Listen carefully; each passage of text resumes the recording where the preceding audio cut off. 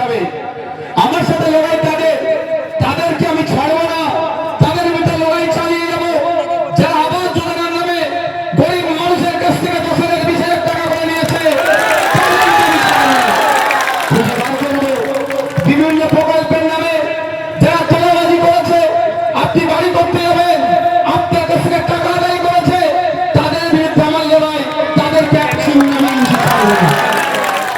কিন্তু যারা এই নির্বাচনে তৃণমূলের হয়ে দেয়াল লিখেছে, নির্বাচনে তৃণমূলের হয়ে এজেন্ট বসেছে, তৃণমূলের হয়ে প্রচার করেছে, বিজেপির হয়ে প্রচার করেছে, তাদের বিরুদ্ধে আমার লড়াই নয়। লড়াইটা হচ্ছে এটাই, যারা জনগণকে শোষণ করেছে, জনগণের উপর অত্যাচার করেছে, তাদের বিরুদ্ধে আমার লড়াই।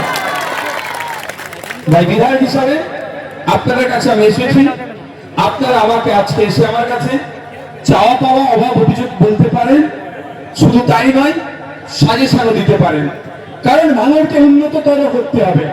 ভাঙড়ে নারীর স্বাধীনতা, নারীর অধিকার, কৃষকের অধিকার, ছাত্র যুবকের অধিকার, ডেলেবারের অধিকার, দোকানদারের অধিকার, আপনার আমার প্রত্যেকের অধিকার সুনিশ্চিত করতে হবে। তারপরে উন্নততর ভাঙড় হবে। তাই উন্নততর ভাঙড় করতে গেলে একা নওশাদ সিদ্দিকী পারবে না, বাংলাদেশে পারবে না, বাবা বামের সহযোগিতা নিয়ে সম্ভব নয় যদি ভাঙড়ের মানুষরা সাথ দেয়।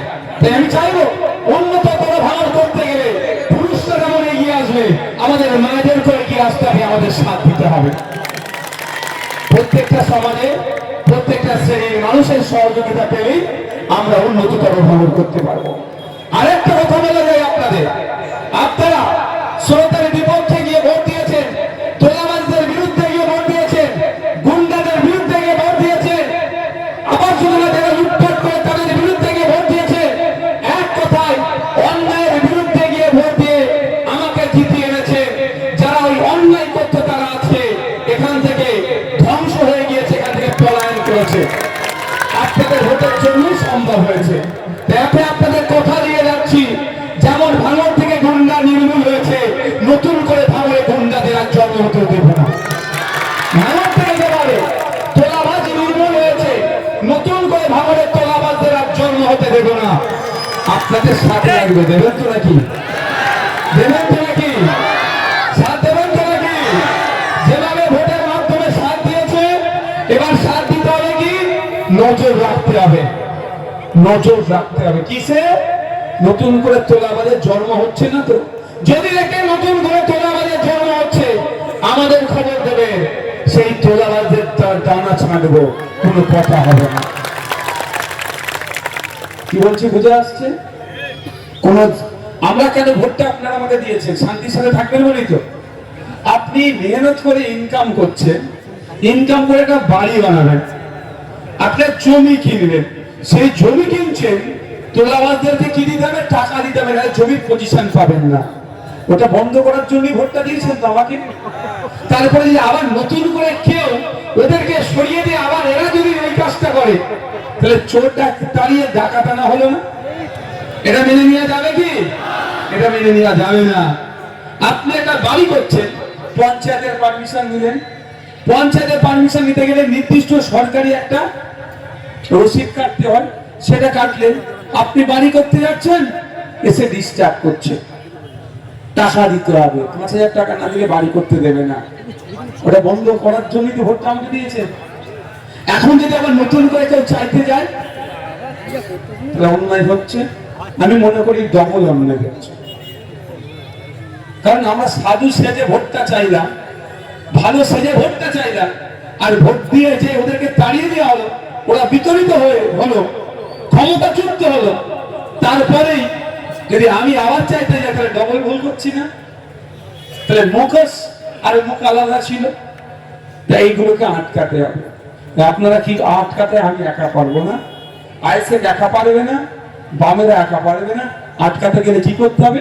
আপনাদের সহযোগিতা লাগবে। যদি কেউ একটা টাকা আপনাদের কাছ থেকে চায়, একটা টাকা যদি আপনাদের কাছ থেকে কেউ চায়, আমাদেরকে জানাবে, তার বিরুদ্ধে ব্যবস্থা গ্রহণ করবো, থানা পুলিশ করবো। আর যদি এটা বলে যায়, যদি আমাদের পার্টির মধ্যে থেকেও কেউ আপনাদের কাছ থেকে কোনো কাজের জন্য ঘুষ চাই, তোলাবাজি করে, সেটাও জানাবেন, তাকেও আমরা পার্টি থেকে করে দেব।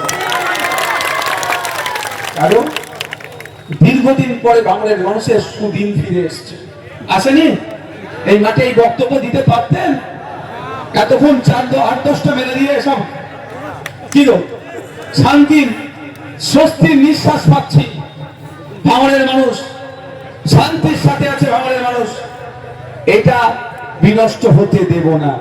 এই দীর্ঘদিন পরে অনেক কষ্টের পরে সুখ এসছে, এইটা বলেছি বলে আবার তৃণমূলে যারা তোলাবাজি করে খাই তাদের আবার কষ্ট লেগেছে। এটাকে কাটিং করে ছাড়াচ্ছে। বলছে নওশাদ সিদ্দিকী বলছে অনেক কষ্ট করে সুদিন নিয়ে এসছে, মানে বিজেপি কে নাকি ডেকে নিয়ে এসছে। আচ্ছা, আমি ফলতাতে প্রার্থী দিয়েছিলাম। ফলতায় তো 1 লক্ষর উপরে ভোটে তৃণমূল হেরে গেল। দোষটাও কি নওশাদের? 30 জায়গায় তো প্রার্থী দিয়েছিলাম, 207টা সিট ওরা জিতল। সব দোষ আমার? আমার এমন একটা বক্তব্য দেখাতে পারবে যে বক্তব্যের জন্য সাম্প্রদায়িকতা ছড়িয়ে গিয়েছে, অর্থাৎ হিন্দু মুসলমান ভোট আলাদা হয়ে গেছে, সব ভোট বিজেপিতে পেয়েছে? কেউ বলতে পারবে? তারপরে আমার নামে বলছে। আমি এ কথা বলেছি যে অনেক কষ্ট করে সুদিন ফিরেছে, সুদিন এসছে। কেউ না এই নোংরামি করে আবার ওটাকে বিনষ্ট করে দেয় সুদিনটাকে। এটা ভালো বলেছি না খারাপ বলেছি? আমার কাছে খবর এসেছিল ভোটে জিতার পরে ঠিক 4টে-5টার পর থেকে নতুন আইএসএফ এসেছে ভাঙড়ে। এর দোকানে তালা মেরে দেয়, একই মারা তাকে মারা, হুমকি দেওয়া চুমকি দিয়ে এই করতে শুরু করে দিয়েছে। ঠিক আছে, তখন আমার পার্টির ছেলেদেরকে ডাকলাম, ডেকে কড়া করে বললাম যদি এটা করে কিন্তু যেই নেতৃত্ব আছে, যেই বুঝতে হবে তার কাছ থেকে ধরবো। ওটা বলে মিটিং করে মানে যখন বার হচ্ছিলাম তখন আবারও বললাম অনেক কষ্ট করে সুদিন এসছে, তা তোমরা যদি এই নোংরামি করে বিনষ্ট করে দাও তাহলে তো একই হয়ে গেল। এটা কি অন্যায় কথা বলেছি? কিন্তু এটাকে কাটিং করে আমার নামে মিথ্যাচার করছে। আমি এতটুকু জানি, মন জানে পাপ আর মা জানে বাপ। কে কি বলছে আমার দেখার দরকার নেই। ভাঙড়ের মানুষের সমর্থন আমি জিতেছি, ভাঙড়ের মানুষের জন্য কথা বলবো, আর রাজ্যের মানুষের হয়ে কথা বলবো। এখন তো অনেক সহজ হয়ে গেছে। কি বলুন তো, বিধানসভা টিভি, হ্যাঁ বিধানসভা টিভি হয়েছে, দেখেছো তো? যা বলবো সব দেখতে হবে তোমরা। সারা রাজ্যের মানুষ অনেক আগে হওয়া দরকার ছিল, তারপরেও আপনারা দেখতে পারবেন। আপনাদের বিধায়ক বিধানসভার মধ্যে ঢুকে চুপচাপ বসে থাকে না, চোখে চোখ রেখে, হ্যাঁ স্বাধীনতা বজায় রেখে ন্যায়কে ন্যায়, অন্যায়কে অন্যায় বলে। আপনারা বলেন দীর্ঘদিনের দাবি ছিল তো বিধানসভায় কি হচ্ছে দেখানো হোক। এইবার যে নতুন সরকার হয়েছে সেই সরকার এটাকে মান্যতা দিয়েছে। সে সরকারের প্রথম বক্তব্য বলেছে যে লাইভ দেখানো হবে। এটা ভালো কাজ তো। এই ভালো কাজটাকে কি বলবো না যে এটা আপনি সমর্থনযোগ্য কাজ করেছে? এটা বড়টা অপরাধ হয়ে যাবে? মানে শুভেন্দু অধিকারী যদি বলে সূর্য পূর্ব দিকে উঠে পশ্চিমে অস্ত যায়, নওশাদকে বলতে হবে সূর্য পশ্চিমে উঠে পূর্বে অস্ত যায়, নাহলে নওশাদ খারাপ ছেলে হয়ে যাবে। আরে ভালোটাকে ভালো বলবেন না, বলবেন না, যে কেউ করুক ভালোটাকে ভালো বলতেই হবে, আর নোংরাকে নোংরা বলতেই হবে, সে আপন হোক আর পর হোক। আপনারা আগামী দিনে দেখতে থাকবেন, লাইভ হবে নওশাদ সিদ্দিকী বিধানসভায় গিয়ে কি করে, কি আলোচনা করে দেখতে পাবেন। আপনাদের বলি, আপনারা জানা যে সমস্যা আছে আমাকে জানান।